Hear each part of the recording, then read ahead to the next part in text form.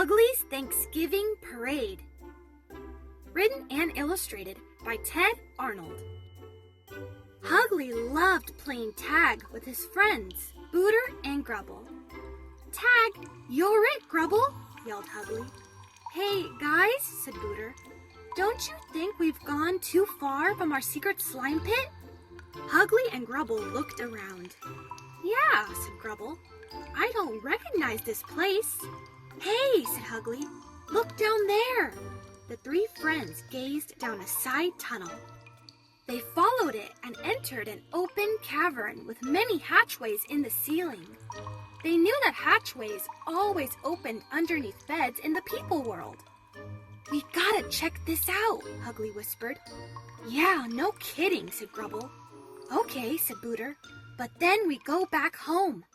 Hugly led his friends up steps in the middle of the cavern. They climbed out from under a bed in a huge room filled with beds. "Where are we now?" asked Hugly. Booter saw a sign. "I've heard about places like this," she said. "People get their beds and other stuff here." "Tag, you're it, Hugly," yelled Grubble. Hugly chased after both of his friends. They leaped from bed to bed, bouncing and laughing themselves silly. Suddenly, they heard noise, music, and voices. Hugly hurried to a window. "What's going on out there?" he said. Booter and Grubble hurried over to look. They could see tall buildings. Outside the buildings, crowds of people hurried every which way. Many were dressed to look silly. Others were starting to play music. "It looks like they're getting ready for a big party," said Hugly. "Yeah," said Grubble, "let's join them." "But we aren't supposed to be seen by people," said Booter. "We might get caught. Some of those people are dressed to look like creatures," said Hugly. "So maybe they won't notice us." The three friends hurried downstairs to a door that led outside. Hugly, Booter, and Grubble walked among the busy people. No one paid them any attention. They found a pile of dress-up clothes. Many people were grabbing things to wear. By the time they reached the pile, there were only hats left for the three monsters. "Hey, you!" said a booming people voice behind them. "Oh no," thought Hugly. "We've been caught." They turned around, holding their breath in fear. A big people guy was standing there. "You looking for something to wear?" he said, handing each of them a shoulder bag. "Wear these, and during the Thanksgiving parade, walk beside one of those floats and throw candy to all the children you see." He walked away. The three monsters let out a deep breath. "Phew," said Booter. "That was close." "What's a parade?" asked Grubble. "I don't know," said Hugly. He pointed at a line of decorated vehicles. "Maybe those things make a parade."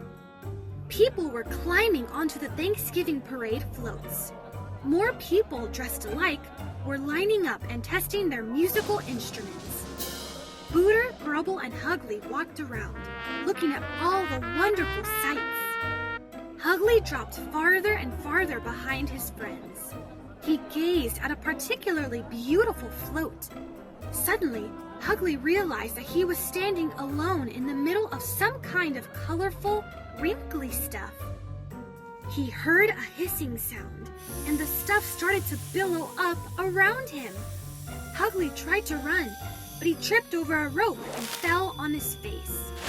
Before Hugly could get up, he felt himself being lifted off the ground. "Booter! Grubble! Help!" cried Hugly. But Booter and Grubble couldn't hear him. Hugly went higher and higher. He realized he was on top of something that was rising toward the sky.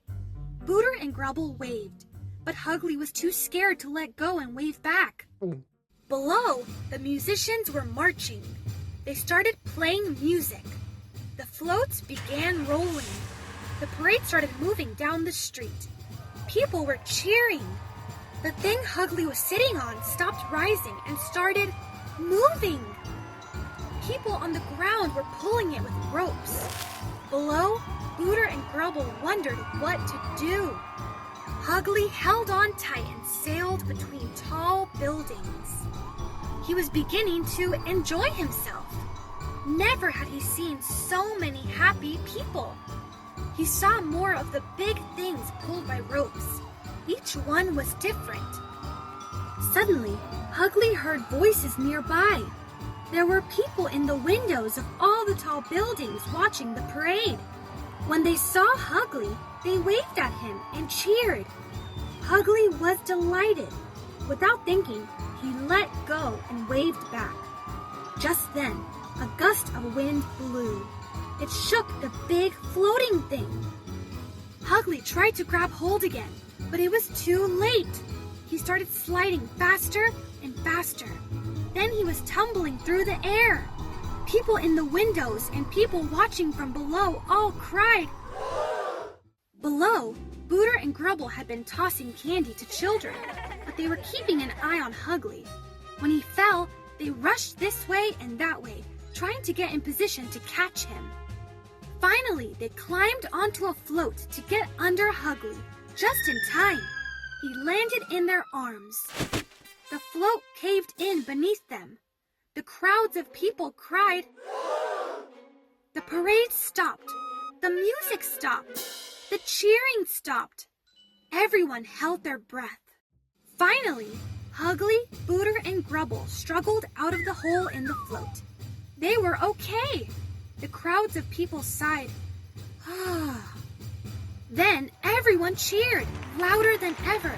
They shouted, "Good show! Bravo!" Everyone waved. The monsters waved back. Music started and the floats rolled down the street once again. "Thanksgiving parades are fun," said Ugly. "I agree," said Grubble. "Me too," said Booter. When the parade was over, the three friends dropped what they were wearing and escaped into the building with all the beds. They dived under the bed in the middle of the room. Once they were back in the monster world, they sat down to catch their breath. "I have something for you both," Ugly said to his friends. He opened his hands and candy spilled out. "I know we're not supposed to take people's stuff, but they were giving it away to everybody." "Thank you," said Grubble. "I didn't get to eat anything during the parade." "Yeah," said Booter. "Thanks." "No, I want to thank you," said Ugly, "for saving me. You will always be my best friends. Thank you, thank you, thank you."